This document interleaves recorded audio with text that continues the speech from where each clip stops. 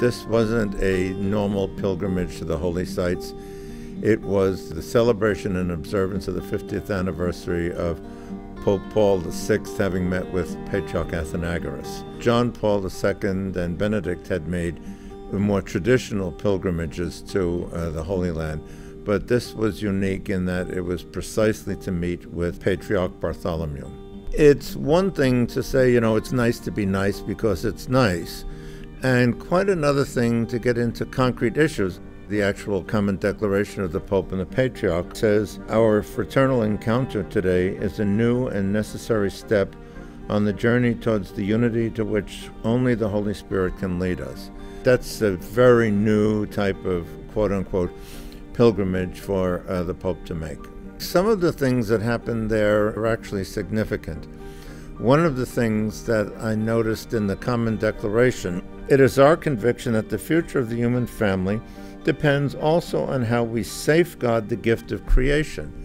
Very, very practical things on the planet, on ecology, things that are impacting all of us and that the Catholics and the Orthodox can work on now.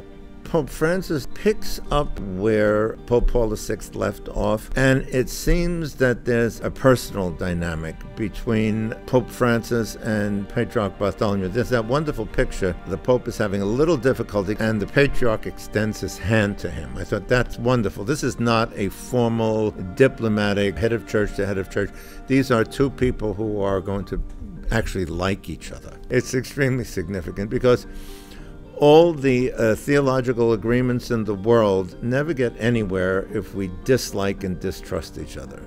I don't think there's going to be a radical change in the dialogue, except perhaps new energy put into it. But it may inject an element of warmth that hasn't always been there.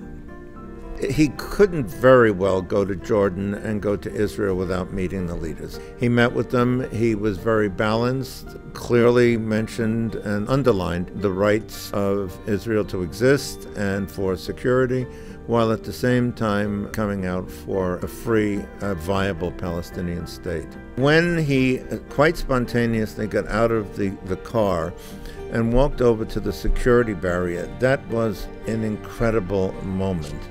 We hear that line from Robert Frost's poem, "Good fences make good neighbors," but what we don't often hear quoted is what comes after that.